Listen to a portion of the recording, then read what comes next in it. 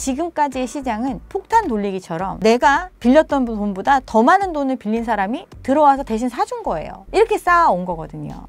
빚으로 떠넘기는 구조를 계속 고착화하면서 그 크기를 키워가고 있는데 19년, 20년도, 21년도 영끌했던 사람들 지금 새로 금리가 적용되는 시점이 도래하고 있는데 그때 영끌했을 때 초저금리였죠. 2%대 이렇게 빌렸던 게 4% 되면 한 개로 빌렸을 때가 2%였는데 그게 2배가 되면 한 개를 이미 초과한 거죠. 그런 사람들 못 갚으니까 어떻게 돼요? 다 경매로 내몰리죠. 그렇게 해서 11년 만에 경공매 물량이 역대 최대 수준을 보이고 있는 거예요. 이게 한계 상황이 아닌가요?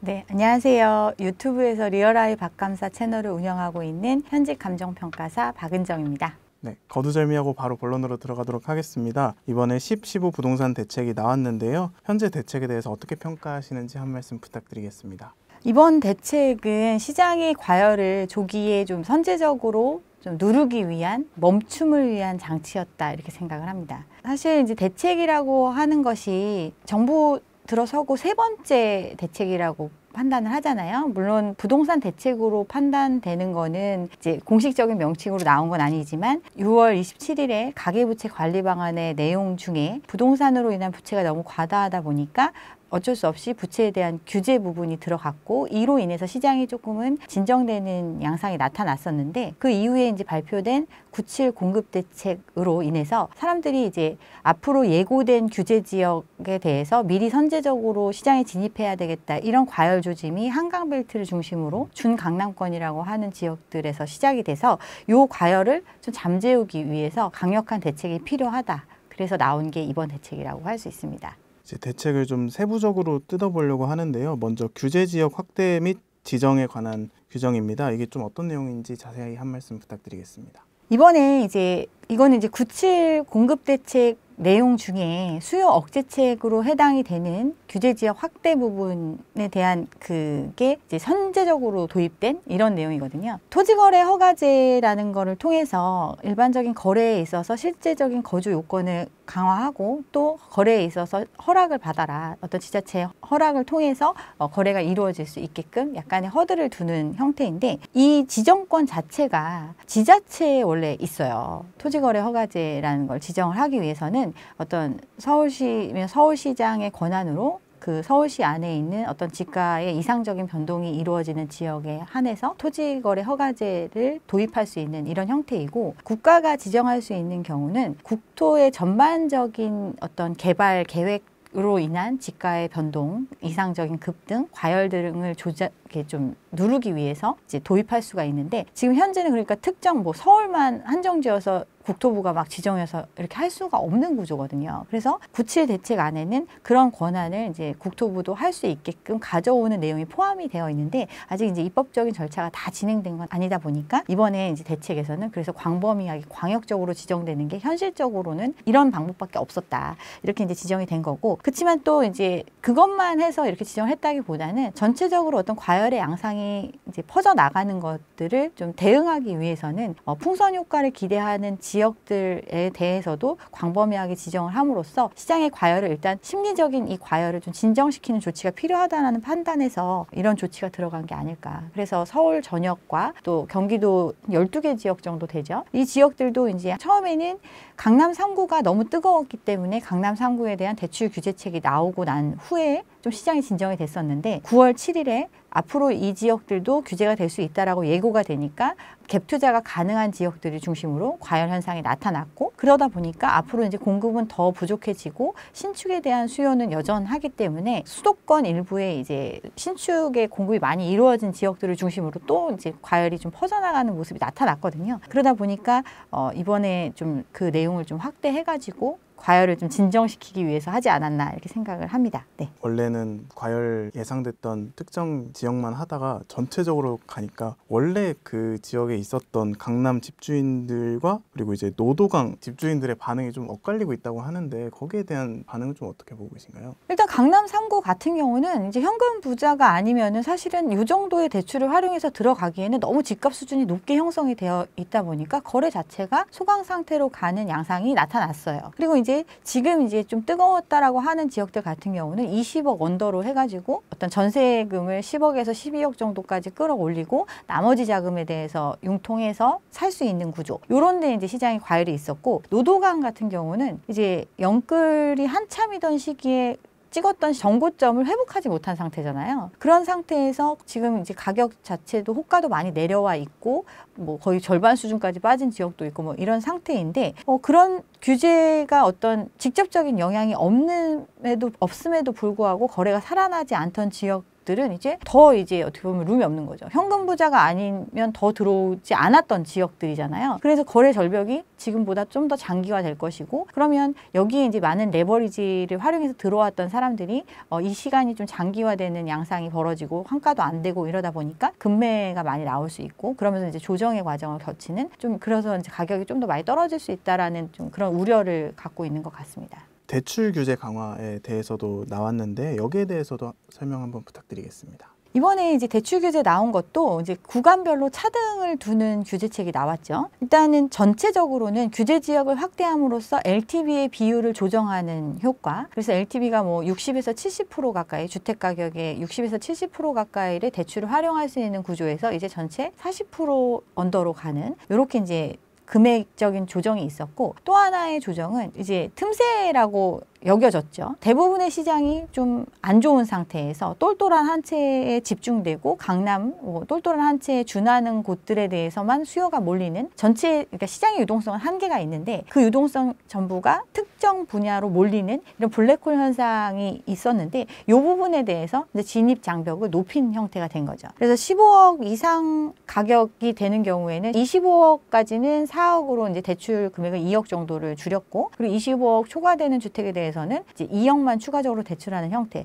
즉 실질적으로 자기 에쿼티가 훨씬 더 많이 준비된 사람들만이 시장에 참여할 수 있게끔 유도하는, 즉 수요 억제책 이라고 볼 수 있습니다. 심리가 꺼지는 데까지는 현실적인 수치들이 다가와야 사람들의 심리가 꺼지잖아요. 집값이 정말로 떨어지고 있구나, 이렇게 떨어지고 있음에도 사람들이 사주지 않는다라는 그런 마음이 형성될 때까지는 이 어떤 정책이나 규제의 효과가 발휘될 수 있는 데까지 시간이 필요한데, 지금 심리가 안 꺼지고 있으니까 수단을 막은 거죠. 그러니까 참여하고 싶은 마음과 또 참여할 수 있는 능력이 있어야 이 시장의 실질적인 수요가 될 수 있는데, 마음을 쉽게 꺼트릴 수는 없으니까 참여할 수 있는 수단을 결국은 본인이 능력이 있으면 언제든 참여할 수 있다. 그렇지만 대출을 통해서 들어오는 부분에 대해서는 좀 억제하겠다. 이런 대책을 마련했다고 볼 수 있습니다. 지난 1차, 2차 대책과 좀 비교하자면 시장에서 확실하게 집값을 잡을 수 있는 수단이 될 것이다, 이렇게 볼 수 있을까요? 이거는 1차에서 우리가 경험을 했어요. 그동안 이제 똘똘한 한 채에 대한 굉장한 과열이 있었잖아요. 그러다가 토지거래 허가제의 해제라는 이슈를 맞이했었는데, 토지거래 허가제를 해제했던 그 판단의 이유가 집값이 이제 더 이상 올라갈 수 있는 여력이 없고 좀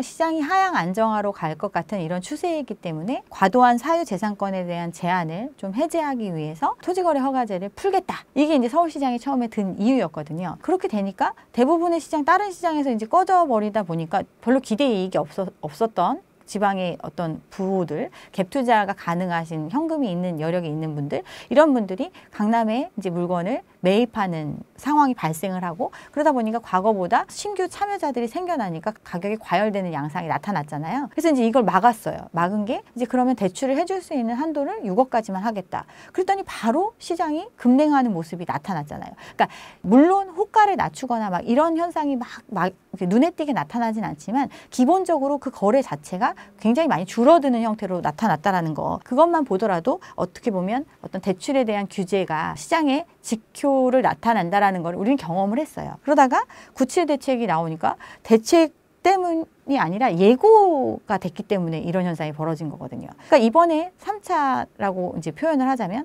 이번 이제 10.15 대책이 나온 걸 보면 돈줄을 막는 부분에 있어서 좀 더 세밀하고 촘촘하게 막겠다라는 게 취지거든요. 그리고 이 거래 자체를 굉장히 불편하게 하겠다. 그리고 내가 이 집을 감당할 수 있는 사람이라면 그 보유에 대한 어떤 부담금을 늘릴 수도 있다. 그렇지만 그렇지 않은 사람에게는 굉장히 어려운 상황이 펼쳐질 거다라는 걸 예고를 한 거예요. 그러면 돈줄이 예전보다 느슨해져 있었던 지금 어떻게 보면 틈새라고 할 수 있었던 시장이 과열이었으니까 그 부분을 막는 조치가 들어갔고 그러면 1차와 비슷한 효과가 나타나지 않을까 이렇게 기대를 합니다. 일부에서는 또 그런 얘기도 하는데요. 1차에서 막아놨다가 한 3개월 지나니까 다시 고개를 드는 모습이 보였는데 이번에도 한 3개월밖에 안 가지 않을까 하는 우려도 있는데 거기에 대해서는 좀 어떻게 보고 계신가요? 이게 약간 좀 우연찮게 이런 상황이 됐는데 근본적인 이제 문제를 생각을 해보면 기본적으로 사람들이 어떤 때 시장이 소강 상태를 보이고 어떤 때 시장이 화랑을 보이는지를 생각을 해보면 돈을 많이 빌릴 수 있을 때 시장이 좀 뜨거워질 수 있고 돈을 빌릴 수 없는 상황으로 가면 자연스럽게 소강 상태로 가는 이런 과정을 거쳤거든요. 근데 지금 이제 대출의 한계 상황이라는 얘기를 우리가 굉장히 많이 하잖아요. 대출의 한계 상황이라는 거는 뭐 은행에서 돈을 빌려줄 수 있는 그 금액 자체를 1년 동안 빌려줄 수 있는 금액을 이미 다 소진한 상태거든요. 상반기에 거의 대부분의 대출의 어떤 총량 증가 부분까지 이미 다 대출이 나가 있는 상태. 그리고 앞으로도 근데 예정된 대출들이 있잖아요. 뭐 중도금들 나가 있던 것들이 이제 잔금으로 전환되는 형태. 그러니까 새롭게 진입하기 위해서 돈을 막 필요로 하는 것도 있겠지만 이미 기진입한 사람들이 추가적으로 필요로 하는 자금들, 예정된 자금들 이런 것들만 채우기에도 이미 초과 상태이거든요. 그러다 보니까 어떤 기축의 거래들, 지금 말하는 어떤 강남 외에 한강벨트라고 하는 지역들에 진입하려고 하는 사람들 자체들도 더 이상 이제 대출받기 좀 어려워지는 환경으로 가고 있으니까 이런 것들이 과거처럼 한시적인 효과를 발휘하기는 어렵지 않을까. 대부분 이제 많이 걱정하는 부분이 정책의 일관성과 어떤 지속성에 대해서 걱정을 하는 거거든요. 근데 이제 지금 우리나라 이제 대선을 한 지도 오래 이루어졌고 사실 이제 집권 초기에 어떻게 보면 세금에 대한 부분도 언급을 할 정도로 어떤 정치적인 것과는 조금 별개로 시장이 나아갈 방향성에 대해서 지금 끊임없이 같은 방향을 향해 이야기를 하고 있거든요. 그러니까 우리나라가 경기가 침체되는 상황이 오고 있고 이 상황을 해결하기 위해서는 마중물이 필요하고 그 마중물이라는 거는 결국에는 레버리지를 활용해서 어떤 금융적인 측면을 통해서 지원해 주는 건데 이 금융이 생산적인 금융으로 흘러들어가게끔 유도하겠다. 그 얘기는 부동산이라는 거는 집이라는 거는 우리가 유동성을 비유동성으로 바꾸는 선택이잖아요. 내가 갖고 있는 현금과 또는 내가 앞으로 벌어들일 소득에 기반한 빚을 활용해서 어떤 물건을 사는 행위.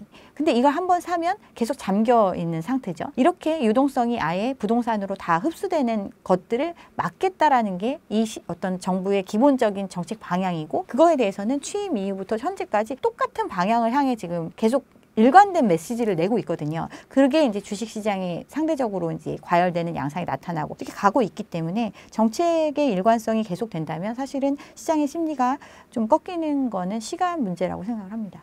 실제로 이번에 15 대책이 나온 직후 주식시장이 뜨겁게 불이 붙었었는데요. 이게 확실히 실효성이 있다는 걸 좀 반증한다고 볼 수 있을까요? 일단 정부가 어떤 돈을 사람들의 의지를 막 사람들의 마음을 마음대로 이렇게 이끌 수는 없잖아요. 결국은 본인한테 이익이 되는 쪽으로 자금을 굴리도록 유도하는 것밖에 없는데 이 주식시장 같은 경우는 기본적으로 열려있는 시장이잖아요. 그러니까 가계가 지금 집중하고 있는 아파트 시장 같은 경우는 최종적인 소비자가 결국에는 우리나라에 거주할 그 내국인 가계가 대상인 상품이고 이 주식이라는 거는 우리나라 기업에 대한 어떤 기대, 미래의 발전 가능성에 대한 투자의 개념이잖아요. 그래서 우리나라뿐 아니라 외국인이나 또는 다른 기관들이 어떤 자금들을 투여하면서 이 시장에 자금을 넣고 그거로 인해서 어떤 생산적인 부분들이 발생할 수 있으니까 이쪽으로 지금 계속 유도를 하고 있고 그래서 실질적으로 뭐 지금 요즘 주식해서 뭐 10몇 프로 이렇게 이익 보면 그거는 이익도 아니라고 얘기할 정도로 굉장히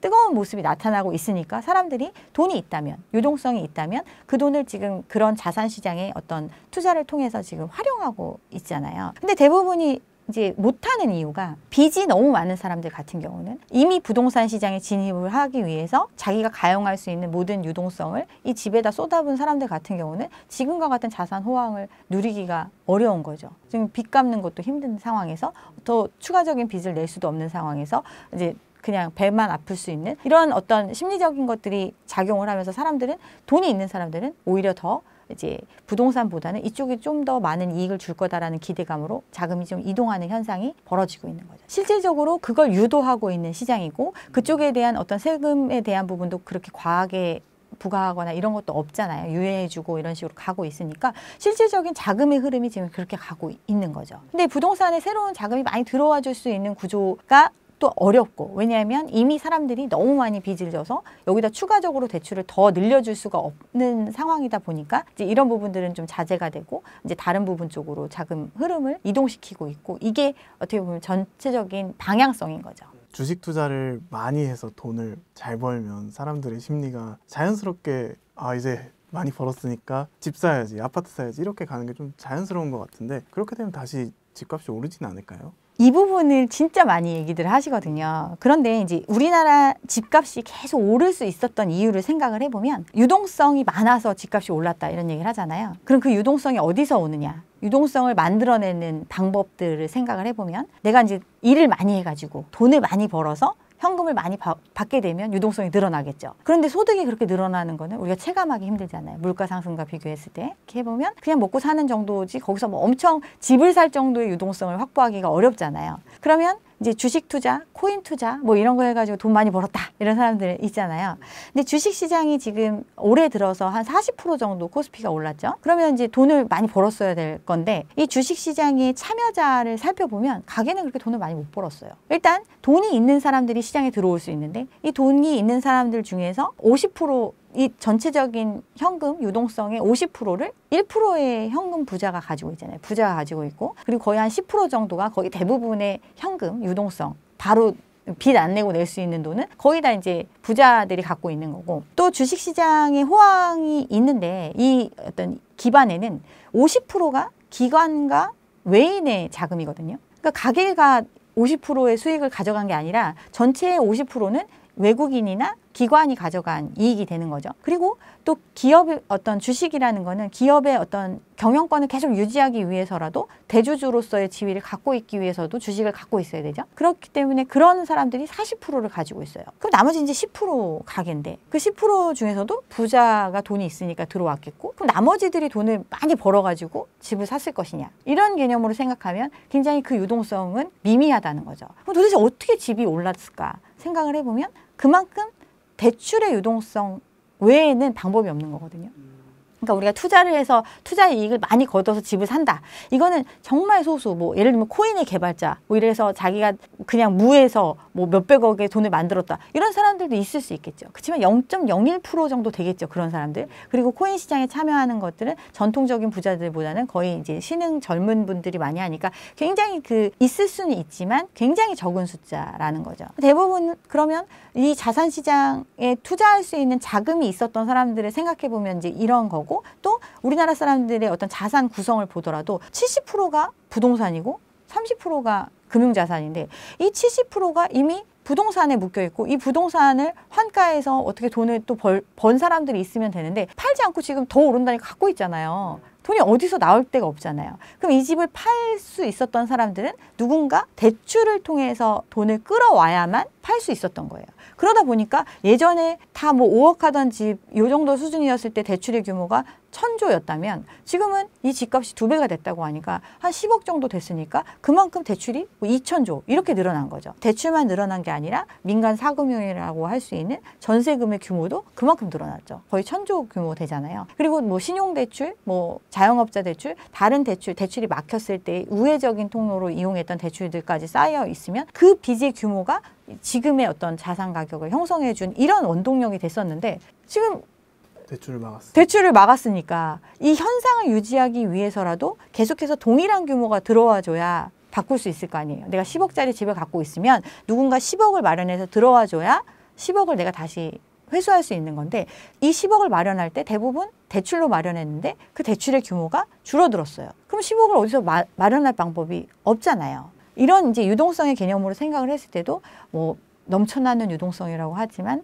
그게 우리와 똑같은 집을 소비해줄 그 사람들한테 이런 유동성이 온 건 아니다. 이렇게 생각하면 좀 이해가 되시지 않을까 생각합니다. 단기적으로도 지금 거래가 절벽이 됐는데 이게 시간이 지나면 그런 게 더 눈에 가시적으로 효과가 드러날까요? 일단은 거래가 멈췄다라는 거는 거래할 능력을 이제 대출을 해주지 않으면 갖출 수가 없다라는 거예요. 이게 이제 시장에 나타난 거잖아요, 현상으로. 그러면 이제 제일 많이 하는 얘기가 그러면 결국에는 현금 부자만 집 살 수 있게 해주는 거 아니냐 이런 얘기들을 한단 말이에요. 그러면 현금 부자가 레버리지를 일부 활용해서 시장에 참여할 수 있을 때 기꺼이 낼 수 있는 정도의 금액 수준이 어느 정도까지 이제 수렴이 되겠죠.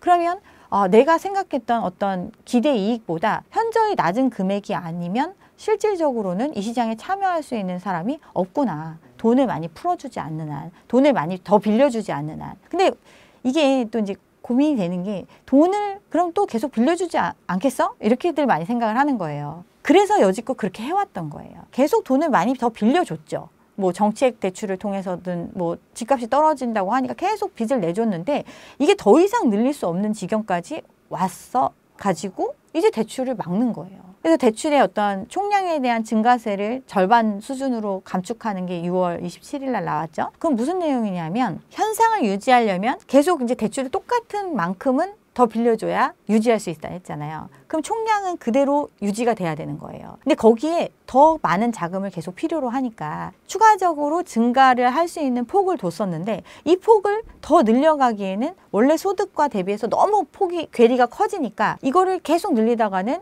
이제 문제가 되니까 이걸 이제 줄인 거예요. 그 줄이니까 원래 100억에 뭐 5% 하면 105억까지 대출을 해줄 수 있었는데 5%를 했다가는 원래는 105억을 감당할 수 없는 만큼 빌려줬던 거니까 이건 이제 102억으로 줄일게. 그러니까 2억 이미 미리 땡겨 쓴 사람들이 다 써버리고 나니까 여력이 없고. 그래서 신한은행, 뭐 농협 이런 데는 벌써 대출의 이제 총량이 끝났잖아요. 이제 앞으로 하반기에 대출이 불가능하다는 얘기 나오고 뭐 점포당 10억까지만 빌려주겠다. 그럼 한 집 빌려주면 끝인 거잖아요, 거의. 이런 정도로 대출이 막히는 상황이 계속해서 반복적으로 지금 벌어지고 있는 거죠. 그러면 지금 이제 이미 집을 가지고 있는 사람들은 그럼에도 이제 또 어떻게든 대출을 풀어줄 거야 하는 기대감으로 집을 들고 있는 거라고 볼 수 있겠네요. 대출을 어떻게든 풀어줄 거다. 그리고 이제 정권이 지속되지 않는 한 이 상황을 그대로 두지 않을 거기 때문에 분명히 바뀔 것이다. 그러니까 그때까지만 버티면 된다. 이렇게 생각을 하는 거죠. 그리고 공급은 항상 부족할 거기 때문에 내가 계속 먼저 선점하고 있으면 지금은 뭐 거래가 안 되지만 이 시간이 지나가고 나면 충분히 거래될 거다. 이런 믿음으로 일단은 이 상황을 버티는 거죠.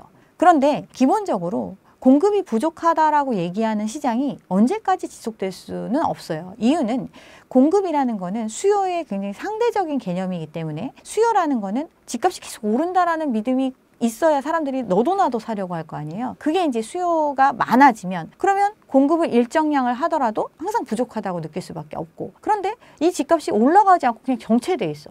또는 떨어져. 그러면 계속 사고자 하는 사람들이 예전처럼 많을 수 있을까요? 그렇지 않잖아요. 그게 심리가 꺾이는 현상이거든요. 그렇게 되면 계속해서 그리고 이게 오래가. 지금 이제 정권 초기니까 한 4, 5년 가, 이 상태가. 그러면 그때까지 과연 지금도 이 4, 5년 사이에 2배가 된 걸 노멀로 받아들이고 있는데 이 상황이 계속되고 난 다음에 과연 지금의 상황을 노멀로 받아들일 수 있을까? 계속 그렇게 생각하면서 버틸 수 있을까? 그리고 그 어떤 부채의 크기가 되게 크다고 했잖아요. 이런 상황을 계속 유지하는 게 과연 옳은 선택일까? 불안감들이 생길 수밖에 없잖아요. 이런 것들이 이제 이어질 거라고 생각을 합니다. 약간 정책의 그 일관성이 앞으로 좀 중요해질 것 같은데 세금에 대해서 좀 여쭤보려고 하는데요.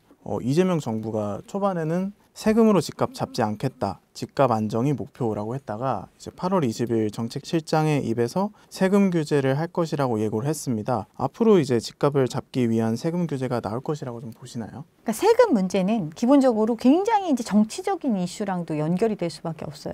그러니까 세금을 내라고 하는 게 우리가 이제 지금 얘기하는 게 보유세와 양도세가 큰 두 축이잖아요. 재산세의 개념인 보유세와 거래할 때 어떤 양도 차익에 대한 세금 이 두 가지를 가지고 굉장히 많은 얘기들이 나오고 있는데 보유세라는 거는 평가의 어떤 가치 지금의 집값이 얼마 정도 되니까 그거에 상응해서 얼마를 내 이렇게 얘기하는 게 보유세잖아요. 이거에 대한 저항감이 엄청 커요. 아직 미실현된 이익이잖아요. 내가 지금 50억짜리 내가 이제 5억에 샀는데 50억이 됐어. 그래서 50억짜리 집을 갖고 있는 부자라는 생각은 들지만 현실적으로는 돈이 없잖아요. 처분하지 않으면 돈이 없으니까. 그런데 당장 이거에 대한 세금을 예전에 지금 내는 것도 너무 버거운데 그거보다 2배를 내라고 한다. 이런 상황이 오는 거죠. 그랬을 때 과연 그 저항감이 해결이 안 될 수 있잖아요. 그러면 이거 정권이 이렇게 바뀌어가지고 지금 이 모양이야 이러면서 정치적인 이슈가 될 수 있고 그걸 가지고 서로 이제 어떻게 보면 문제가 될 수 있으니까 이런 부분은 굉장히 민감한 부분이라서 섣불리 말하기가 어려운데 이번 대책에서 나온 거는 이것도 할 수 있다라고 한 거예요. 구체적인 내용이 나오진 않았잖아요. 근데 세금을 강화할 수 있다라는 얘기를 한 거예요. 더 과열이 되고 더 진정되지 않으면 이미 우리 깜냥을 넘어선 수준으로 지금 유지하고 있는 이걸 계속해서 더 그럴 거다라고 얘기하면서 이렇게 될 경우에 그럼 감당할 수 있는 만큼 내 하게 되는 거죠. 그러면 이런 거죠. 50억짜리 집을 갖고 있는 사람이라면 월세로 환산하면 3% 정도 하면 1억 5천 되나요? 1년에? 그러면 한 달에 한 1,000만 원 정도의 주거 비용을 내면서 난 아무렇지 않게 살 수 있는 사람이어야 50억짜리 집의 주인이겠죠. 과연 그럴 수 있나 이거죠. 그렇지 않기 때문에 그럼 그 50억에 대해서 세금을 내라고 했을 때 그 저항감이 만만치 않겠죠. 근데 지금의 다른 나라들 같은 경우도 그래요. 자산이 어느 정도 규모가 있으면 그걸 유지할 수 있는 능력을 충분히 갖추고 있어야죠. 50억 부자면 사실은 1,000만 원짜리 월세를 살 수도 있겠죠. 근데 우리나라는 그렇지가 않은 거예요. 그렇기 때문에 이제 이 부분에 대해서 좀 문제가 되는데 계속 그런 과열이 계속된다면 부과할 수 있는 거죠. 감당할 수 있는 사람만, 유지할 수 있는 사람만 보유하게 하는 거죠. 그래야 실질적으로 그 감당 능력에 맞는 가격 수준이 형성이 되는 거죠.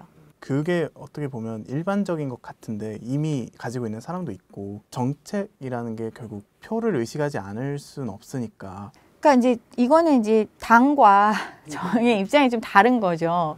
그렇기 때문에 이번에 이번 대책이 나왔을 때 약간 당정 마찰이 있었다 이런 기사도 나오고 했었는데 기본적인 정책의 방향이나 의지는 이 정도로 강하게 보여준 거고 근데 또 이런 문제도 있어요. 실질적으로 세금이라는 거는 나라의 살림을 위해서 걷어들일 수밖에 없는 필수적인 부분이잖아요. 나라를 유지하기 위해서. 우리가 이제 나라를 유지하려면 돈이 드는데 그 돈을 빌려서 충당하거나 아니면 우리 국민들한테 걷어서 충당하거나 이 두 가지 문제인데 지금은 빚을 내는 것도 한계의 국가부채도 계속 늘어나고 있으니까 많이 낼 수 없으면 결국에는 갖고 있는 우리나라 국민들한테 더 걷는 수밖에 없잖아요. 근데 소득세 같은 경우 뭐 근로소득세나 뭐 이런 것들은 이제 이미 지금 뭐 거의 유리지갑이라고 할 정도로 많이 걷고 있는 상태고 또 기업들 같은 경우는 어떻게 보면 벌어들이는 게 별로 없어가지고 막 법인세도 깎아주면서 기업을 활성화해 주려고 지금 이렇게 조치를 하고 있는 상태고 결국에는 자산에 대해서 더 많이 갖고 있는 사람들한테 더 많이 거둘 수밖에 없는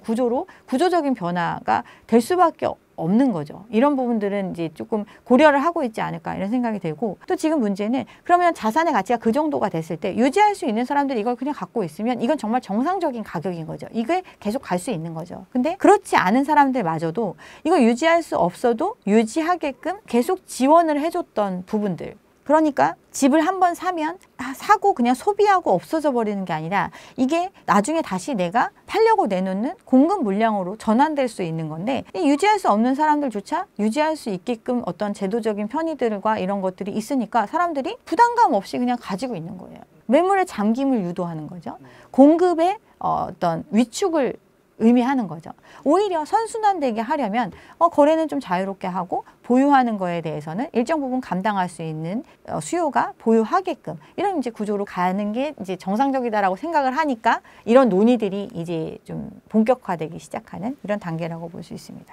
이제 많이들 하는 다른 의견 중에 하나가 이제 이거를 투기꾼들을 잡기 위해서 정책들이 나온 건데 예를 들면 뭐 20년 전 뭐 이때 뭐 한 5억에 집 샀는데 갑자기 집값이 50억 된 일반인 거기에 주거 하시는 분들까지 투기꾼으로 모는 게 아니냐 하는 의견도 나오고 있는데 거기에 대해서는 어떻게 보고 계신가요? 그러니까 이거는 똑같은 거예요. 세금이라는 게 우리가 연봉 10억 버는 사람 같은 경우 40% 가까이 세금을 내잖아요. 내가 열심히 노력해가지고 돈을 이만큼 벌었는데 세금은 그렇게 부담을 하잖아요.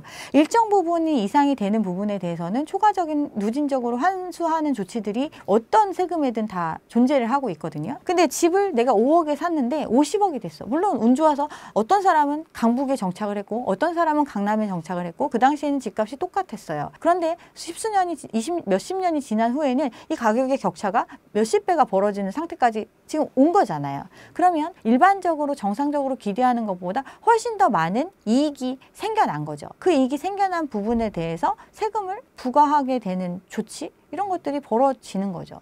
근데 과연 이 사람이 그럼 나는 집 하나만 갖고 있어서 내가 이렇게 했는데 투자 이익이 내가 이만큼 생겼다고 내가 세금 더 내야 돼? 이렇게 얘기를 하는 것과 똑같은 거거든요. 그리고 양도세 왜 내요? 양도세라는 거 내가 어떤 근로에 대해서 뭐 내 어떤 노력에 의해서라기보다 그냥 물건을 갖고 있다 물건을 팔았을 때 얻게 되는 그 차익에 대해서 그러니까 세금을 부과할 수 있는 근거가 되는 거거든요. 똑같잖아요. 집도 내가 그냥 갖고 있었는데 이게 이만큼 올랐으면 그거에 대해서 당연히 그걸 부담하게끔 하는 게 조세 논리인 거잖아요. 이런 것들을 고려했을 때는 그 어떻게 보면 나는 투기한 게 아닌데 라고 말하지만 결과적으로 이걸 실현했을 때는 그 사람은 그만큼의 어떤 개발 이익을 가져가는 거예요. 그리고 뭐 특정 지역이 많이 올라갔던 이유에는 그럼 내 개인의 노력으로 올라갔느냐 아니면 전체적인 사회의 노력으로 올라갔느냐. 내 개인이 도로를 깔고 내 개인이 여기에 어떤 기반시설을 설치하고 여기가 살기 좋게 만든 건 아니잖아요. 그 주변이 좋아지면서 모두의 세금이 투여된 어떤 그런 것들의 혜택을 누리는 거기 때문에 그런 것 때문에 재건축 초과이익에 대한 환수 이런 것도 정당성이 부여가 되는 거고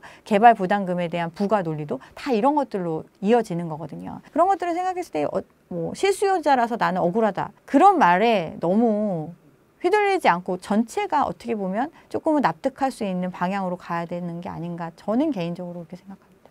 그럼 이제 앞으로 정책적으로도 이런 실수요와 투기를 더 세분화하게 잡을 필요가 있을 것 같은데요. 이렇게 좀 실수요자와 투기를 구분할 수 있는 방법이 좀 있을까요? 그러니까 명확하게 나는 실수요야, 나는 투기야 이렇게 말할 수가 없어요. 나한테 내가 지금 이런 행동을 했을 때 이만큼의 이익이 생길 거다라고 기대를 하면 내가 당장 쓸 거라서 무주택자라고 무조건 실수요자일까요? 무주택인 상태를 유지하고 있다가 나는 무주택을 활용해서 대출은 이만큼 받을 수 있어? 그치만 내가 여기를 살고 싶어서가 아니라 이거 올라간다니까 나 사는 거야. 이 사람 실수요인가요?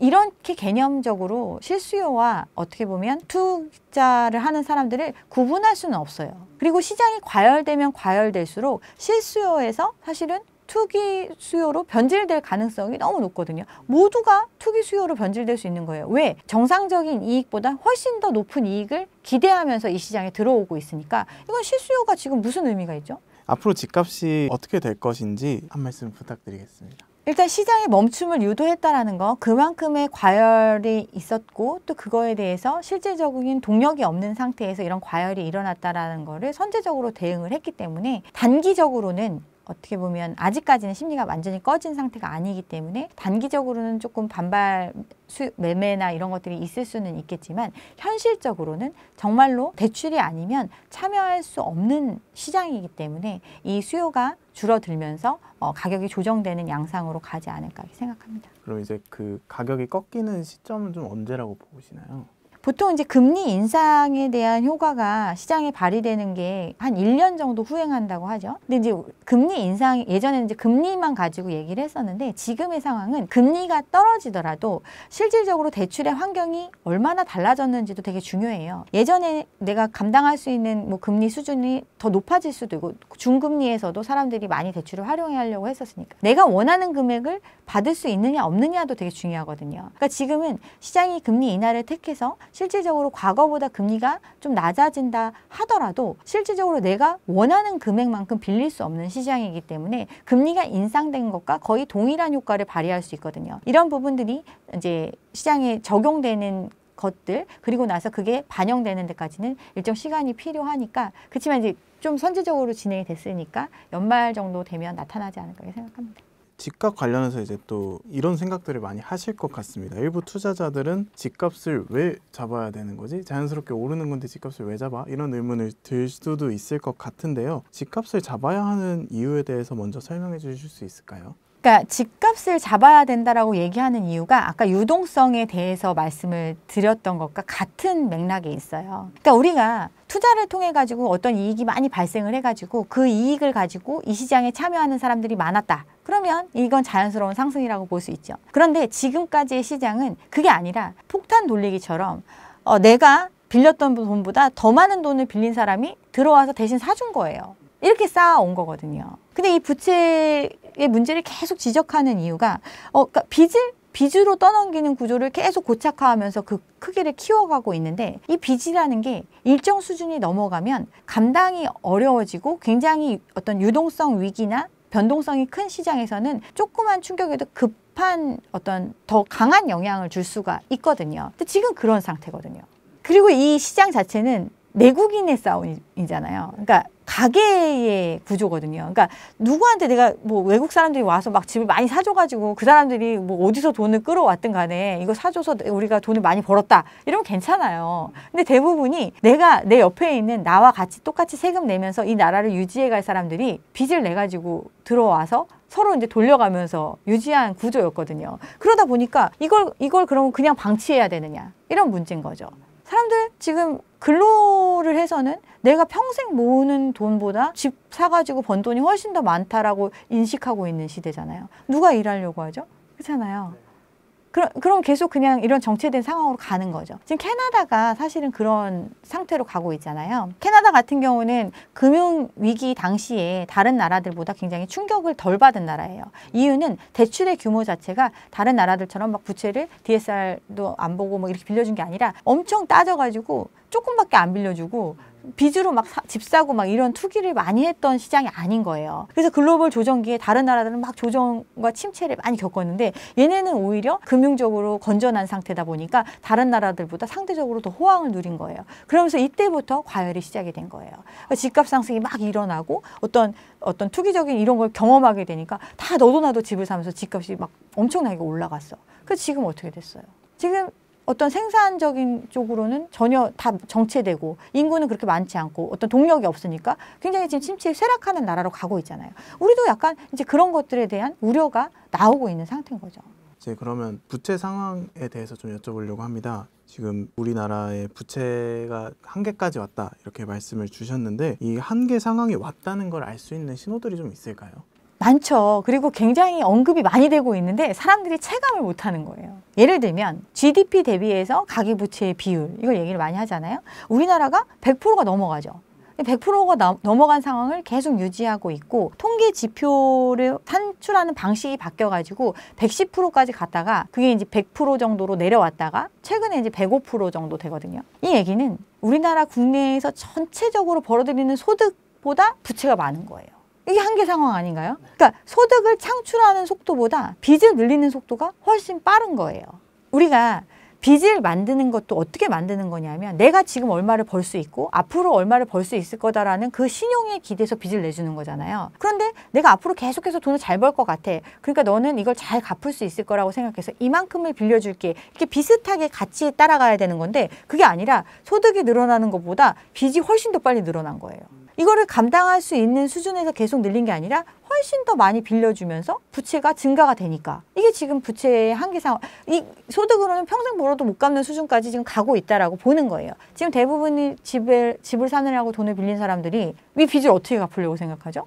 내가 30년 동안, 50년 동안 그러니까 만기까지 가져가면서 갚겠다고 생각하는 사람 한 명도 없어요. 그냥 올라서 나중에 처분해가지고 갚는다고 생각하지 이걸 내가 어떻게 내 스스로 내가 최종 소비자가 된다 하더라도 나는 이걸 감당할 수 있어 생각하면서 이 집을 사는데 빚을 활용하지 않았거든요. 이런 내용들이 있고 두 번째는 가처분 소득 대비해서 부채 비율이라는 지표를 볼 수 있어요. 가처분 소득이라는 거는 뭐 세금 떼고 아주 필수적으로 그냥 강제적으로 나가는 거 빼고 내가 실제로 처분할 수 있는 그 소득 내가 실제로 가용할 수 있는 그 자금 대비해서 빚이 얼마냐 이걸 따진 거거든요. 미국의 금융위기가 발생했을 때 우리나라랑 미국이랑 이 가처분 소득 대비 부채 비율이 비슷했어요. 한 100에서 110% 이 정도 됐었거든요. 근데 지금은 어떻게 됐느냐? 미국은 여전히 100%대를 유지하고 있는데 우리는 200%예요. 내가 벌어들이는 소득이 100만 원이면 빚은 200만 원 지고 있는 거예요. 그러면 뾰족한 수가 나지 않는 한은 이 100만 원은 영원히 못 갚는 거예요. 이게 부채의 한계 상황인 거죠. 그러니까 부채의 한계 상황이다라고 얘기를 자꾸 하는 이유가 금리의 변동이나 부채가 너무 크면 어떤 변동성이 큰 시장에서는 그 변동성을 흡수하지 못하는 상황이 발생을 하거든요. 그런 게 위기잖아요. 금리가 1% 오르면 이자만 30조가 늘어나요. 그러니까 그 정도로 이 빚의 어떤 규모 대비해서 우리가 이 조금의 변동을 감당해야 되는 그 비용이 굉장히 큰 거죠. 이런 것들도 부채의 한계 상황으로 볼 수 있죠. 또 잘 갚고 있으면 한계가 아니겠죠. 그런데 연체가 계속 늘어나고 있어요. 연체가 증가하는 게 뭐 비은행권 같은 경우는 1%가 넘어가죠. 그렇게 관리를 잘한다는 1금융권 같은 경우도 0.2%에서 0.4%로 거의 2배 가까이 늘어났어요. 그만큼 빚을 쓰고 있는 사람들도 많지만 또 1금융권에서 돈 빌리는 사람들 얼마나 신용 좋은 사람들이고 또 그 다 따져서 빌려주잖아요. 그런 사람들도 연체가 늘어나고 있어요. 빚의 한계 상황인 거죠. 이런 여러 가지 수치들을 이제 파악할 수 있죠. 뭐 또 예를 들면 아까 변동성에 대응할 능력이 떨어진다고 말씀을 드렸잖아요. 우리나라 같은 경우는 변동금리 비중이 70%야. 그러면 어떤 불확실성의 시대에 이게 막 바뀌었을 때 이거를 안 바뀌는 걸 적용받는 게 아니라 바뀐 걸 다 적용받는단 말이에요. 더 취약하겠죠. 이런 것들도 문제가 되겠죠. 그리고 이제 뭐 그 아까 말씀드린 어떤 내가 벌어들일 수 있는 소득, 장래의 어떤 소득 증가의 추이, 이거와 대비해서 부채가 늘어나는 정도. 이걸 이제 BIS 갭, 신용 갭이라는 걸로 표현을 하는데 이 비율도 지금 우리 IMF 때 정도 수준으로 벌어져 있거든요. 그러니까 소득 대비 부채가 이게 한계 상황인 거죠. 이런 얘기들을 계속 하지만 사람들은 아닌 것 같은데 내 주변은 아직 괜찮은 것 같은데 이렇게 생각을 하는 거죠. 왜? 최근에 굉장히 과열된 시기에 무리해서 들어온 사람들 나름 나는 꾸준히 돈을 벌 거야. 소득도 남들보다 많이 벌어. 그런 애들이 들어올 수 있었거든요. 그리고 빌린 지 얼마 안 되잖아요. 이 빚을 감당하는 거를 장기간 해본 적이 없어요. 그렇기 때문에 체감이 안 되지만 현실적으로는 이미 19년, 20년도, 21년도 영끌했던 사람들 지금 새로 이제 금리가 적용되는 시점이 도래하고 있는데 그때 영끌했을 때 초저금리였죠. 2%대 이렇게 빌렸던 게 4% 되면 영끌로 2%로 감당할 수 있는 최대치로 돈을 빌려 쓴 사람의 이자 부담이 2배가 되는 거예요. 이때가 한 개로 빌렸을 때가 2%였는데 그게 2배가 되면 한 개를 이미 초과한 거죠. 그런 사람들 못 갚으니까 어떻게 돼요? 다 경매로 내몰리죠. 그렇게 해서 11년 만에 경공매 물량이 역대 최대 수준을 보이고 있는 거예요. 이게 한계 상황이 아닌가요?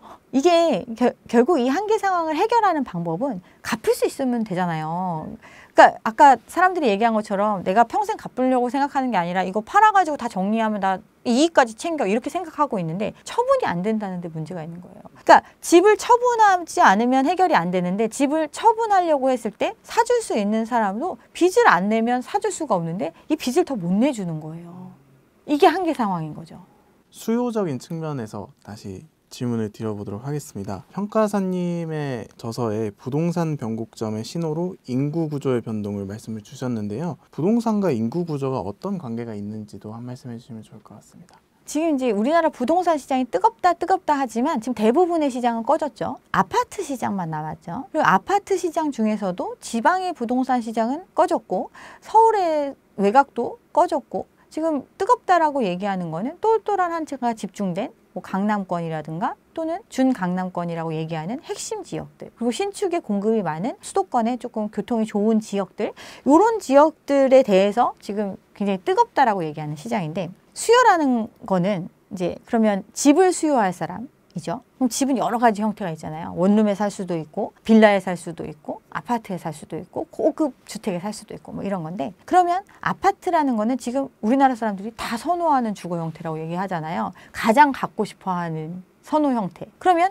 여기에 진입할 수 있는 사람은 그런 능력이 있는 사람들이 들어오겠죠. 그럼 누군가 사람이 살아줘야 되는 거고 절대적인 인구는 줄어들고 있어요. 그러면 결국에는 집을 살아줄 수요 자체가 줄어드는 시장이에요. 그러면 인구는 줄어도 가구 수가 늘어나서 계속해서 주택시장은 뜨거울 수밖에 없다. 그리고 특정 선호하는 지역에는 여전히 공급이 안 되기 때문에 거기를 선호하는 사람들이 다 들어와서 살아줄 것이다. 이래서 안 꺼진다. 이런 얘기를 하는데 가구 수가 늘어났죠. 가구 수가 왜 늘어나죠? 그 서울과 경기권 이런데 또 전국적인 기준으로 보더라도 가구 수의 증가에 가장 영향을 주고 있는 게 1인 가구예요. 1인 가구의 비중이 40% 전후로 차지하고 있거든요. 10명 중 4명이 1인 가구예요. 근데 특히나 서울 같은 경우는 그 1인 가구의 비중이 더 높아요. 서울과 또 수도권 이런 데 많거든요. 이유는 여기에 일자리가 있고 여기에 먹거리가 있고 하루라도 먹고 살 수 있는 뭔가 돈을 벌 수 있는 구석이 있는 곳이 지방은 거의 소멸 상태니까 인구 소멸 상태니까 여기로 다 몰리는 거예요. 그래서 가구 수가 늘어났어요. 근데 그들이 가장 사람들이 선호한다는 평균 서울 아파트 같은 경우 10억이 넘는다고 하죠. 그걸 수요해 줄 수 있는 사람인지는 이제 세분화해서 생각을 해봐야 되는 거죠. 10억짜리 집을 살 수 있는 사람이 1인 가구일까요? 이런 걸 생각하면 1인 가구의 주거 형태를 또 살펴보면 1인 가구 대부분 최저임금을 받고 사는 사람이 80%예요. 그러면 1인 가구가 벌어들이는 돈을 가지고 그럼 이 사람들은 어디에 살고 있느냐? 원룸에 살고 있어요. 보통 원룸에 살고 있고 월세로 주거를 해결하고 있고 먹는 거 이런 것들 간편식으로 끼니를 때우고 뭐 소득 수준은 요 정도고 이런 내용들이 통계로 다 나와 있어요. 이 사람들이 가구 수가 늘어나서 집을 사주나요? 아니죠. 논리가 안 맞잖아요. 그런데도 사람들은 가구 수가 늘어서 집을 사준대. 이런 얘기를 하는 거예요. 또 돈이 있는 사람들이 집을 사준다. 돈이 있는 사람들은 어떻게 돈을 형성했을까요? 자산을 갖고 있어서 형성을 했을 거 아니에요. 그 집을 사서 돈을 번 사람들, 과거에 집을 사서 또 집을 처분해서 돈을 갖고 있는 거죠. 이런 사람들은 또 집이 있는 사람들이 돈을 갖고 있어요. 그럼 이 사람들이 추가적으로 사줘야 되는 거예요. 집을 추가적으로 사줘야 되는데 그러면 아주 가격 상승에 대한 기대치가 높고 또 내가 돈을 그만큼 활용할 수 있는 구조면 사주겠죠. 근데 지금은 집이 있는 사람이 또 돈을 빌려서 집을 사기에는 돈을 빌릴 수가 없어요. 참여할 수가 없죠. 그리고 지금 자산을 갖고 있는 사람들 대부분이 젊은 애들이 갖고 있는 게 아니라 나이 든 사람들이 갖고 있어요. 나이 든 사람들은 근데 은퇴할 시기가 도래했어요. 제2 베이비 부머의 은퇴 시기가 재작년부터 시작이 됐죠. 그러면 가장 임금의 절정을 찍고 은퇴에 접어들면 이제 아예 나를 원하는 곳이 없는 거예요. 물론 돈을 벌 수도 있겠죠. 소일거리 하면서. 그렇지만 내가 예전에 누렸던 만큼의 소득을 감당할 수가 없는 거예요. 그래서 생애 주기로 봤을 때도 은퇴 이후에는 마이너스의 삶이 지속돼요. 내가 벌어들이는 것보다 쓰는 게 더 많죠. 그러면 이 쓰는 돈은 계속 있어야 되잖아요. 그리고 목숨이 바로 끊어지는 게 아니잖아요. 수명이 길어졌으니까 뒤로 남아있는 시간은 얼마인지 몰라. 그렇지만 마이너스는 계속돼. 그럼 어떻게 살죠?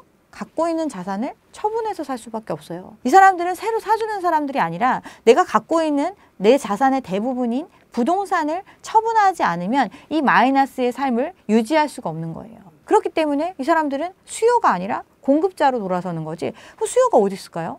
그러면 이제 젊은 애들이 많이 태어나줘가지고 걔네들이 돈을 엄청 많이 벌어가지고 내 집을 훨씬 더 비싸게 사줄 수 있으면 돼요. 그런데 이 시장이 왜 이렇게 뜨거웠냐면 모아놓은 돈 플러스 대출을 활용해서 보통 시장에 매매 수요로 진입하는 게 일반적인 구조였는데 이 과열된 시장에 나 늦게 들어가면 더 올라가서 못 들어와, 못 사.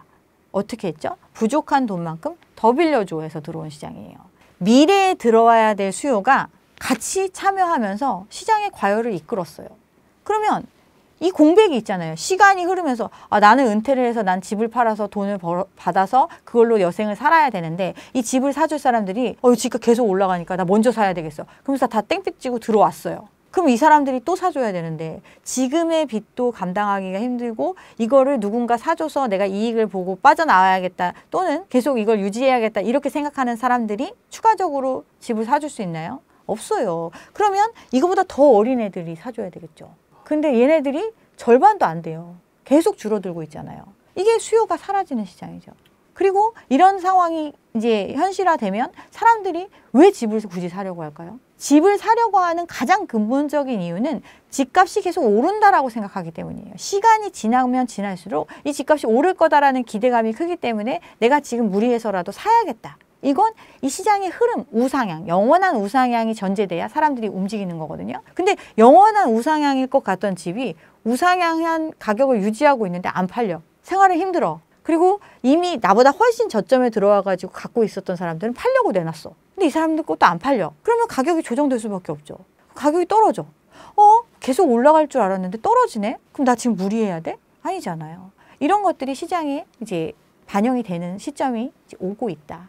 인구 감소에 대한 게 집값에 연관이 없다 이런 논리를 하시는 분들 의견 중에는 또 그럼에도 강남으로 사람들은 계속 몰리니까 강남 가격은 안 빠질 것이다 라고 하는데 거기에는 좀 어떻게 보고 계신가요? 그러니까 강남에 대한 수요 당연히 이제 강남 같은 경우는 모든 사람들이 전통적으로 좀 선호하고 있죠. 사람들이 여기는 그냥 불패일 것 같고 이렇게 생각을 하고 있고 이걸 갖고 있었던 사람들은 여기 원래 사는 게 다 똑같아요. 여기 원래 살던 사람들이 살고 있잖아요. 그런 사람들이 여기에 정착했을 뿐인데 이제 수십억을 번 자산가가 된 상태니까 사람들은 이제 여기에 대한 열망이 있는 거죠. 여기를 사야겠다. 근데 지금의 현실은 어느 정도냐면 2018년도에 새 아파트가 공급이 됐을 때 평당 1억에 팔렸다라는 뉴스가 나왔어요. 그런데 그 실체를 확인해 보니까 없었던 거래였어.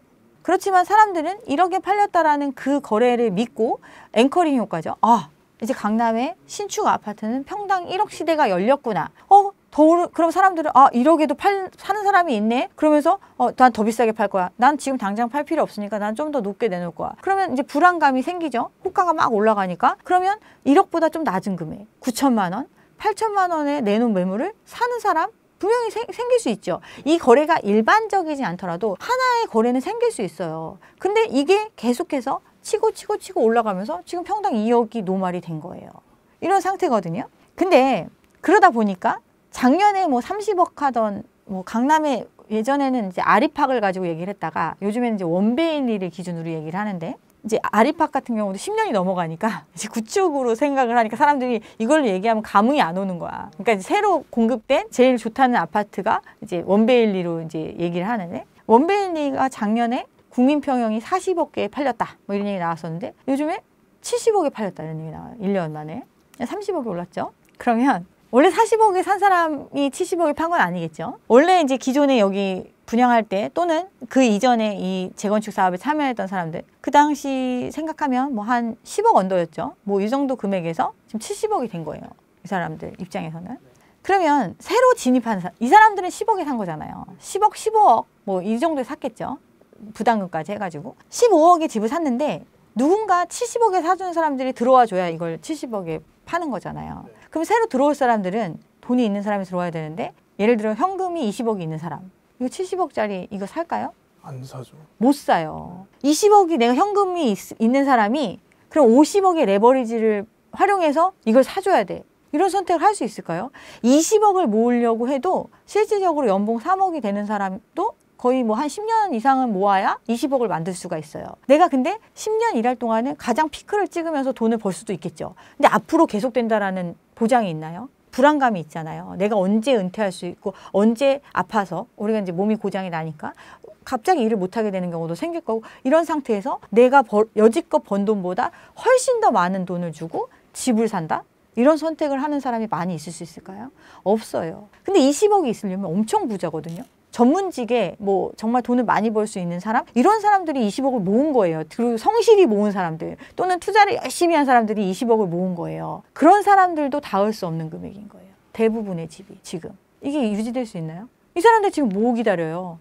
강남 분양 기다리잖아요. 강남 분양가? 근데 분양가 30억 넘어가고 이러면 이거 살 수 있을까요? 30억이라고 해도 20억 있으면 10억을 못 해야 돼. 10억을 레버리지를 일으켜야 되는 거거든요. 굉장히 리스키한 거거든요. 그런데도 사람들은 내 집 여기 70억에 팔렸다니까 나 한 65억에 내놓으면 팔리지 않겠어? 이렇게 생각하면서 유지하고 있는 거거든요.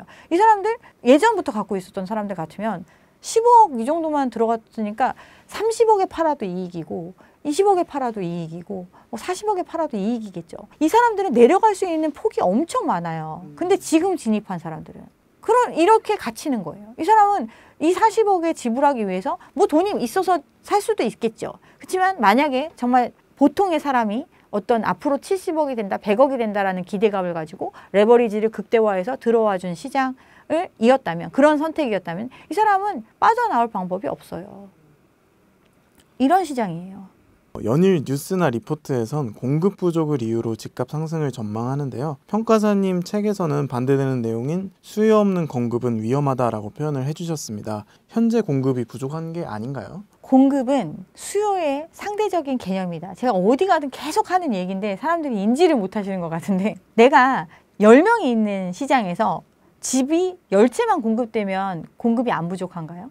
10명이 한 채도 원하지 않는 시장이면 공급은 넘치는 거예요. 근데 10명이 2채씩 원하는 시장이면 부족한 거죠. 결국에는 이 수요가 얼마만큼 원하느냐에 따라서 공급은 항상 부족할 수도 있고 넘쳐날 수도 있는 거예요. 지금은 항상 공급 부족이라고 얘기하는 이유는 사고 싶어하는 마음이 너무 크니까 누구나 다 사려고 하잖아요. 지금 젊은 친구들 물어봐도 나 돈만 있으면 나도 강남집 사고 싶어 이런 얘기 하잖아요. 나 돈만 있으면 나도 집 사고 싶어 이런 얘기 하잖아요. 근데 이런 모두가 수요하려고 하는 시장에서는 아무리 많이 공급한다고 공급이 해결이 될까요? 해결이 안 돼요. 그렇지만 어떤 계속 집값이 오른다라고 주장하는 쪽에서는 이 공급 부족을 항상 이유로 얘기를 해요. 그럼 뭐가 공급 부족이냐? 적정 수요 대비해서 물리적인 공급량이 정말 부족한지 근데 지금 우리나라 주택 보급률 1 넘어가죠. 100% 넘어가죠. 집은 사람 수에 맞춰서 다 공급되어 있어요. 근데 이제 사람들이 원하는 그러면 아파트가 부족하다. 근데 대부분의 서울, 수도권 이런 지역들은 기존의 비아파트가 개발이 돼서 아파트로 공급되고 있어요. 새로 공급되는 물량의 80%가 아파트로 공급되고 있어요. 예전에 없던 물건이 엄청 많이 늘어나고 있는 거예요. 그러면 새로 지어지는 것만 공급이냐? 한 번 집이 지어지면 100년 가요. 물리적으로. 오래될 뿐이지 관리 잘하고 하면 뭐 외국 유럽 이런 데 가면 뭐 100년 150년 된 집들 많잖아요. 집이라는 거는 한 번 만들어지면 계속 집이에요. 존재하는 거예요. 근데 사람들은 신규 공급이 없는 거예요. 추가적인 공급이 없는 거예요. 이미 기축의 물량은 쌓여 있는데 그럼 이 기축의 물량을 누가 가지고 있어요? 가게가 가지고 있죠. 내가 집을 사서 갖고 있을 거 아니에요. 이 사람들 왜 갖고 있어요? 집을 사서 나중에 집값 올라가면 이거 정리해서 노후를 보내려고 갖고 있잖아요. 집을 보유하고 있으면서 언제든 나는 공급자로 돌아설 수 있는 입장에 있는 거예요. 잠재적인 공급자가 어마무시하게 많은 거예요. 특히나 부동산 과열기에 한 채만 가지고 있으면 내가 실제로 쓰니까 돈 올라가든 말든 나 여기 떠나서 어디 갈 데도 없는데 그냥 쓰고 있으니까 돈을 못 벌어요. 그러니까 어떻게 해? 2채 사고 3채 사죠? 한 채만 갖고는 돈을 못 번다고 생각하니까 이거 분양받았다가 나중에 잔금 치를 때쯤 되면 분양가 대비해서 오를 거니까 이거 팔면 나 돈 버니까 하나 더 분양받아. 뭐 이렇게 해서 사람들이 집을 여러 개 갖고 있는 상태예요. 이게 공급으로 나오는 방법. 이 사람들이 보유할 수 없는 능력이 안 되고 감당이 안 되는 거죠. 잔금을 치러야 집주인이 되는데 잔금 낼 능력이 없는 거예요. 지금 이거 실제로 강남에서 벌어지는 일이죠. 강남의 일반 분양 물량들 분양할 당시에 나중에 잔금 같은 경우는 전세로 돌려가지고 다 낼 수 있다. 이러면서 다 분양했단 말이에요. 지금 가격 호가는 내가 받은 분양가보다 2배 이상 올랐어요. 근데 이 분양가 절반밖에 안 되는 금액을 지불할 돈이 없는 거예요. 이 절반밖에 안 되는 돈을 지불하려면 내가 돈 있으면 내면 되죠. 그래서 집주인 되면 되는데 아니고 여기에 세입자를 들여서 그 세입자의 전세금을 받아야 돈을 낼 수가 있는 거예요. 근데 이렇게 소유권 이전부 전세대출에 대한 제한이 들어갔잖아요. 즉 내가 이 집을 내 명의로 넘길 때는 전세 대출을 안 해주는 거예요. 전세를 못 놓는다는 게 아니에요. 이거 되게 중요한 포인트거든요. 내가 여기에 전세 놓을 수 있어. 놓을 수 있는데 여기에 들어오는 세입자는 대출을 못 받는다는 거예요. 그 얘기는 이 내 잔금을 내기 위해서 전세입자를 받아야 되는데 이 세입자 또한 이 전세금을 마련하기 위해서는 대출이 아니면 안 되는 거예요. 그만큼 지금 어떻게 보면 이 물량들을 유지할 수 없는 사람들이 현실적으로 많은 거죠. 앞으로 이 대출 규제가 본격화되면서 지금 입주 물량들이 계속 도래하잖아요. 이들은 다 이제 6억의 대출 규제를 적용을 받아요. 지금은 이제 전세금 놓는 거가 대출이 안 된다고 하니까 난리 났었잖아요. 근데 이제 이 문제가 아니라 내가 이제 나중에 잔금 낼 때 6억밖에 대출을 안 해주는 거야. 분양을 내가 15억, 17억 싸다고 받았는데 그 뭐 10%, 20%는 계약금 내고 나머지 중도금은 이자 후불제로 해서 버티고 있었고 나중에 잔금 낼 때가 됐는데 이거 뭐 10수억을 빌려줄 거라고 생각했는데 안 빌려주는 거예요. 6억까지밖에 안 빌려줘. 그러면 나머지 10억은 어디서 마련해? 자기가 모아놓은 게 있으면 마련하겠죠. 근데 모아놓은 게 있는 사람들이 집을 분양받은 게 아니잖아요. 이거 나중에 내가 더 비싸게 팔 거라고 생각하고 분양받은 사람들. 이 사람들 어떻게 해요? 그럼 결국에는 지금 2배가 올랐다고 하니까 2배의 시세 차익을 받고 팔아야죠. 근데 안 팔리겠죠. 그거 사줄 사람들은 돈이 없으니까. 이게 수요가 없는 공급인 거죠. 어떻게 보면. 그럼 자연스럽게 집값이 하향하게 되겠네요. 그러니까 기축의 공급까지 포함해서 생각을 해야 되고 이 기축을 갖고 있는 사람들이 계속해서 내놓을 수밖에 없는 환경으로 가고 있다. 이미 분양받아서 시세 차익이 있다라고 생각을 하는데 이거 분양권을 넘겨와야 시세 차익을 누릴 거 아니에요. 근데 넘겨올 돈이 없는 거야. 이 사람들 물건 내놓을 수밖에 없잖아요. 그렇잖아요. 대출 안 해주는데. 그리고 그 제2 베이비 부모들 집을 갖고 있고 뭐 이 집밖에 없어 자산이. 근데 은퇴해서 돈 들어갈 일은 훨씬 많은데 자식들도 요즘 취업도 늦게 하고 막 그렇잖아요. 얘 자리 잡고 결혼하고 막 이러려면 누가 해줘야 돼? 부모가 돈 해줘야 되는데 부모도 집밖에 없어요. 이거 집 팔아갖고 해주거나 여기서 집에서 대출 받아서 해주거나 이러잖아요. 대출은 얼마 안 나와. 그럼 어떻게 해? 어떻게 해야 되겠어요? 그럼 내가 굳이 거기 살아야 돼? 내가 살 때는 5억 하던 게 지금 2, 30억 됐는데 그러면 나 5억짜리에 맞춰서 딴 데 가고 그 남는 돈으로 자식 집도 해주고 뭐 돈 빌려주고 돈 쓰고 뭐 이렇게 할 거 아니에요. 공급이 더 늘어날 수밖에 없는 구조로 가고 있잖아요. 그러니까 이런 것들을 생각을 해야 된다. 수요 없는 공급은 이미 서울의 아파트 시장은 아직 발생하지 않았지만 다른 대부분의 뜨거웠던 시장들은 이미 발생을 했어요. 뭐 지식산업센터 이런 거 엄청 붐이었죠. 이거 분양받으면 우리나라에 기업하는 사람도 엄청 많아가지고 월세 따박따박 내면서 또는 자가로 운영하기 위해서 이거 내가 분양받은 것보다 프리미엄 얹어가지고 사줄 거다. 딱 분양받았잖아요. 90% 대출받아가지고. 근데 지금 어때요? 다 망했죠. 그리고 부동산은 실물이에요. 부동산은 한번 지어지면 분양권 상태일 때는 그냥 이거 언제 지어질 거야 이렇게 갖고 있는 거지만 딱 등기되는 순간 이제부터 비용이 발생을 해요. 애처럼. 여기 그냥 존재하는 것만으로도 비용이 발생을 한다고요. 관리비 내야 되고 공동으로 유지하려면 돈 들어가잖아요. 그 돈 내야지. 또 이거 사면서 대출 받았으니까 이자 비용 내야지. 계속 돈은 들어가는데 여기를 채워줄 사람이 없어요. 수요 없는 공급이죠. 임대라도 나가면 월세라도 받아서 이자 내고 관리비는 그 사람이 내고 뭔가 좀 부담감을 늦출 수가 있는데 그게 안 되는 거예요. 갖고는 있는데. 근데 팔려고 내놔도 살 사람이 없어요. 그렇게 기업이 있나요? 없어요. 이런 시장이에요. 오피스텔, 생활형 숙박시설 다 마찬가지죠. 집합상가도 마찬가지죠. 아파트 단지 내 상가들 분양하면 예전에 엄청 비싸게 분양했었죠. 이유는 이 아파트가 나중에 30억, 50억 될 아파트인데 이 30억, 50억 사줄 사람이 사는 지역에서 장사를 하면 돈을 훨씬 많이 쓸 거 아니야. 그러면 엄청 장사 잘 될 거고 그럼 임대료 이만큼 받을 수 있어. 그러면 이거 분양가 이 정도에 분양받아서 월세 수익 이만큼 받을 수 있으니까 너 이거 사. 이렇게 분양했단 말이에요. 근데 현실은 어때요? 공용 사우나에서 샴푸 훔쳐가는 게 우리나라에서 제일 좋은 아파트에서 벌어지는 일이에요. 지금 그런 상황이에요. 조식 서비스 다 중단됐죠. 왜? 나는 안 먹는데 왜 돈 내? 공용 관리비 LED 켜놓고 좋게 해놓고 막 문주에 막 조명 빵빵하게 틀어주고 막 최고급 아파트다 하고 싶은데 그 돈 왜 내가 써? 부담하기 싫어. 조식도 마찬가지고 이런 거예요. 이게 현실이거든요. 그럼 그런 상가들 분양받은 사람들 장사 그만큼 되겠어요? 안 되죠. 월세 그만큼 받으려고 올려놔서 장사 한번 해보겠다고 들어온 사람들 남는 게 없는데 계속 유지하나요? 안 하죠. 공실로 남죠. 이런 상황이 계속 수요 없는 공급이 계속 이루어졌고 그 시장에 묶인 사람들이 엄청 많다. 그럼 아파트라고 그럴 일이 없을 것이냐. 지금 사람들은 아파트는 그럴 일이 없을 거라고 생각하는 거예요. 근데 전세난 하면서 전세가 월세화돼서 뭐 다들 집 없는 사람들 힘들어져서 채워줄 사람 없고 결국엔 다 매매수로 전환된다. 뭐 이런 얘기 많이 하잖아요. 전세라는 거는 누군가 실제로 거기 거주하고 있는 거잖아요. 그럼 분양받은 사람은 일시적으로 전세를 살겠죠. 새 집이 새로 들어왔어요.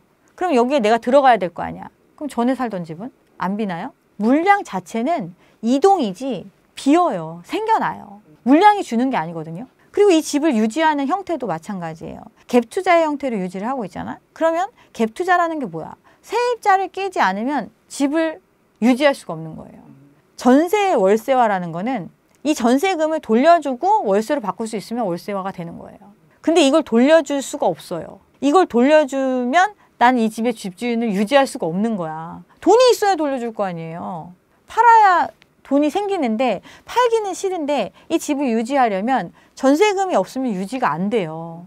전세 월세화를 막 걱정하면서 사람들이 막 우리나라 전세 시장 없어질 거다 이런 얘기 하는데 전 절대 그렇게 안 봐요. 왜? 지금 집을 갖고 있는 사람들이 굉장히 많은 수가 전세를 이용해서 집주인을 유지하는 사람들이에요.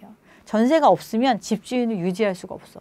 그렇기 때문에 전세 제도가 완전히 사라질 수가 없는 거예요. 지금은. 집값이 떨어질 수가 없다 하는 분들의 논리 중에 사람들이 원하는 거는 역세권의 브랜드 아파트들을 원하는데 더 이상 그런 걸 지을 공간이 없기 때문에 강남의 집은 떨어질 수가 없다 하는데 거기에 대해서는 좀 어떻게 보고 계신가요? 이게 그러니까 엄청 모순적인 질문이거든요.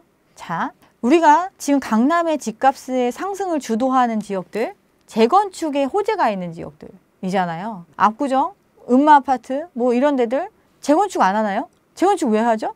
새 아파트 지려고 하죠. 지금 우리 아파트 단지보다 더 좋은 입지가 없어. 그들 입장에서는. 이렇게 좋은 데에 새 아파트, 최고급의 아파트, 해외의 유수의 건축가가 설계한 이런 프리미엄급 아파트를 지으면 이거 무조건 대박이야. 다 이렇게 생각하고 사업 진행하고 있잖아요. 사업을 안 하면 뭐죠? 낡은 아파트예요. 쥐 나오는 아파트라고요. 주차할 공간도 없어가지고 3, 4중 주차해놓고 뭐 이렇게 그냥 살고 있는 집이에요. 이 집이 지금 이 정도의 가격 수준을 유지하는 건 개발에 대한 기대이익이 반영된 금액이에요. 이게 개발이 돼서 새 아파트가 될 거다라는 그 전제하에 가격이 프리미엄이 형성돼서 계속 가고 있는 거잖아요. 그럼 사업이 안 되면 안 되겠죠. 그럼 사업은 계속 가는 거예요. 사업이 간다는 게 무슨 뜻이에요? 공급이 된다는 거예요. 아파트로 공급이 되겠죠. 들어가는 비용은 어떻게 하겠어요? 자기들끼리 내겠죠. 그 비용을 줄여야 사업이 빨리 될 거고, 그런데 이제 그런 부분에 있어서 시차는 있겠지만 결국에는 이 공급이 안 이루어질 수가 없는 구조라는 거죠. 공급이 전제됐기 때문에 가격이 올라간 거니까. 근데 사람들은 공급이 안 된대요. 그렇다면 지금 무주택자들은 어떻게 좀 집을 사야 될까요? 정말 이제 제가 몇 년 동안 약간 원망 아닌 원망을 듣고 있는 이유 중에 하나가, 넌 도대체 언제 사라고 할 거냐, 뭐 이런 얘기들을 진짜 많이 하시는데, 언제든 자기가 감당할 수 있으면 사면 돼요. 근데 그 감당이라는 게 뭐냐면 최종 소비자가 내가 되더라도 나 상관없다, 이런 거면 사도 돼요. 그리고 내가 이걸 살면서 레버리지를 어느 정도 활용해도 이거 다 유지할 수 있다, 이러면 사도 돼요. 근데 그렇지 않은 구간에 있는 상태에서 굳이 무리할 필요가 있는지에 대해서 계속 주지를 하는 거죠. 재화로서의 가치를 내가 이 정도는 기꺼이 지불할 수 있다라고 여겨지는 레인지에 있으면 사도 돼요. 근데 지금은 그렇지 않기 때문에 전체적인 과열의 양상을 거쳤고, 그 시장이 아직 사람들의 심리가 꺼지지 않은 상태에서 그 가격에 있어서도 지금 신고가 취소 거래가 얼마나 많아요. 이 시장 자체가 어떻게 보면 기울어진 운동장 하에서 거래가 더 없는 상태에서 한두 건의 거래로 올라간 금액이 노말이라고 생각하고 받아들이고 있는 시장에서 내가 그 금액을 주고 사는 더 큰 바보일 수 있는 거거든요. 이런 선택을 굳이 지금 할 필요가 있는지, 결국에는 내가 살 타이밍이 올 수밖에 없어요. 내가 돈이 있다면, 내가 실제 시장에 참여할 수 있는 능력을 갖추고 때를 기다리면 언제든 시장에 들어갈 수 있거든요. 근데 그게 언제냐, 남들보다 이런 과열된 가수요가 참여할 수 없는 시장, 나는 조건을 갖추고 있어. 그리고 금리, 돈을 빌릴 수 있는 환경도 내가 어느 정도 감당할 수 있는 레인지에서 정책금융이라든가 뭔가 활용할 수 있는 여지가 있는 그런 상황. 정책적으로도 지금 다 못 사고 있고 다 안 사고 있어서 PF 다 망하게 생겼고 뭐 이런 상황이니까 돈 있는 사람 현금 부자라도 사주세요. 그러면서 현금 부자한테 기회를 주는 시장. 이런 시장이 왔을 때 사면 되죠. 그런데 제일 좋은 건 아무도 관심 없을 때 사는 게 가장 좋아요. 근데 이 관심이 거의 근 한 7, 8년간 계속되고 있는 이 시장에서 굳이 내가 지금 정확하게 이게 적정한 수준인지에 대해서 판단할 수 있는 입장이냐 이거예요. 아니면 이런 불확실성이 큰 시장에 굳이 참여할 필요가 없는 거죠. 약간 옆에 있는 사람도 나도 집 살까 소리 날 때는 그러면 신경을 꺼야겠네요. 대부분이 저는 이제 제일 그런 게 이렇게 큰 결정을 너무 쉽게 하는 거예요. 물론 과거에는 그게 가능했어. 그러니까 우리나라 사람들 소득 수준도 올라가고 경제 규모도 막 커지면서 사실은 고도 성장기를 거쳤잖아요. 그러니까 그 사람들이 사는 곳들이 지불할 수 있는 능력도 빵빵해지고 금융도 발달하면서 막 올라갈 수 있는 여지가 있었어. 그러니까 어디 가서 사든 누구 따라가서 운 좋게 사서 돈 버는 경우가 있었단 말이에요. 근데 지금은 그런 시장이 아니거든요. 지금 얘기하는 게 뭐예요? 인구는 줄어들고 이 인구의 구조적인 변화에 대해서 모두가 인지하고 있잖아요. 우리나라 출산율 0.7명, 거의 세계 최저 수준, 인구는 계속 감소하고 있고 또 거의 대부분이 노령화되고 있는 이런 사회에서 살아남는 곳이 어딜까? 그거에 대한 생각들을 할 거 아니에요. 그러다 보니까 사람들이 다 똘똘한 한 채라고 얘기하는 지역으로 몰려갔어. 그러다 보니까 과열이 일어났어. 그러면 이 가격을 끝까지 유지할 수 있을 정도로 경제 규모나 어떤 그런 수준이 올라가려면 얼마나 걸릴까? 이런 걸 생각해야죠. 우리가 최소한 뭐 투자의 가장 기본이 잃지 않는 투자를 하는 게 가장 중요한 거잖아요. 누가 수백 배 벌었다 이거 중요하지 않아요. 내가 돈을 까먹지 않는다라는 게 더 중요한 거거든요. 근데 집이라는 거는 한 번 선택을 하면 굉장히 오랜 기간 나의 기회비용을 날려버릴 수도 있는 선택이거든요. 그런 선택을 누가 어디 신림동에 집 샀대. 근데 뭐 사고 났더니 2억이 올랐대. 나도 그거 살까? 이러면서 가서 사는 거예요. 이런 것들을 조금 자제하는 게 좋지 않을까. 그럼 이제 반대로 유주택자들의 대응 전략에 대해서도 궁금한데요. 유주택자라면 지금 좀 어떻게 대응해야 될까요? 유주택자 같은 경우는 어떻게 보면 기회죠. 마지막 기회죠. 나와 경쟁에 있는 사람들 또한 아직 심리가 꺼지지 않았으니까 나와 같은 입장에 있는 사람, 예를 들면 자산을 처분해서 앞으로 노년 언제가 될지 모르는 그 시간까지 유지할 수 있는 돈을 마련하는 그 경쟁에서 난 나중에 할 거야 빠져있는 사람들이 있잖아요. 심리가 안 꺼졌으니까. 이런 사람들은 자산을 리밸런싱 할 수 있는 기회가 되는 거죠. 남들 다 팔겠다고 내놓는 시장에 대해서 막 사람들이 막 매물은 막 쌓여 있는데 거래가 하나도 안 돼. 나는 그 똑같이 빠져나올 수가 없잖아요. 근데 사람들이 여기 뜨겁대 이러면서 다 누군 사준대. 그러면 내가 여기서 지금 나올 수 있는 기회인 거잖아요. 그러면서 내가 감당할 수 있는 수준의 어떤 규모, 어떤 부담감을 줄여가는 거죠. 지금과 같이 불확실성이 큰 시기에는 유동성을 확보하는 게 가장 중요하다. 유동성을 확보한다라는 건 빚의 규모를 축소하는 것도 같은 맥락이거든요. 내가 계속해서 소득을 발생시킬 수 있는 사람이라면 내가 빚의 규모를 줄이는 것만으로도 쓸 수 있는 돈이 늘어나는 거니까 유동성을 확보하는 방법이잖아요. 빚의 규모를 축소하는 것. 그래서 앞으로 내가 벌어들일 소득이 줄어드는 상황이 된다면 당연히 그거에 맞춰서 빚의 크기도 줄여가는 게 맞는 거거든요. 근데 대부분은 더 오를 거야. 더 버티면 더 좋아질 거야. 이러면서 유지하고 있으니까 지금 같은 상황에서 나의 실질적인 어떤 사이클과 삶의 사이클과 레버리지의 규모 이런 것들을 고려해서 리밸런싱하는 전략이 필요하다. 그리고 실질적으로 유동성을 많이 확보하고 있으면 저점 매수의 기회를 가질 수 있으니까 결국은 투자는 계속 돌고 도는 거니까요. 그러니까 유주택자 입장이라면 제가 유주택자라면 그런 선택을 할 것 같습니다. 이제 마지막으로 오늘의 인사이트 정리해 주시면서 마무리 인사까지 부탁드리겠습니다. 제가 여기저기 나와가지고 너무 이런 부정적인 얘기만 한다고 해가지고 좀 댓글도 안 좋고 막 이래서 좀 마음이 좀 안 좋긴 한데 제가 어떤 경제적인 이득을 보기 위해서 이런 얘기를 하는 건 아니거든요. 이 시장에 오랫동안 참여했던 사람으로서 현재도 참여하고 있고 이러면서 어떻게 보면 더 많은 사람들이 정상적인 사고를 할 수 있게끔 좀 갖고 있는 내용들 또 알려지지 않은 내용들에 대해서 좀 홍보를 하면 시장 자체도 좀 정상화로 가는 길이 좀 더 빨라지지 않을까 이런 생각에서 하는 거니까 너무 미워하지 마시고 본인의 판단대로 들으시되 본인의 판단대로 하시는데 좀 참고하셨으면 좋겠다 이런 말씀 드리고 싶고요. 제가 이번에 책을 내긴 했는데 책이 많이 팔려서 제가 뭐 경제적인 이득을 취하고자 이런 얘기를 하는 건 아니고요. 어떤 제가 갖고 있는 이런 뷰나 어떤 기본적인 생각에 대해서 좀 정리한 내용을 준비했으니까 시간 되시는 분들은 좀 보셨으면 좋겠다라는 짧은 홍보의 말씀 드리겠습니다. 그리고 되게 감사하게도 여기 채널에서 저희 도서 이벤트를 준비해 주셔가지고요. 댓글하고 링크에 신청해 주시면 10분께 책을 보내드린다고 합니다. 많이 신청해 주셨으면 좋겠습니다.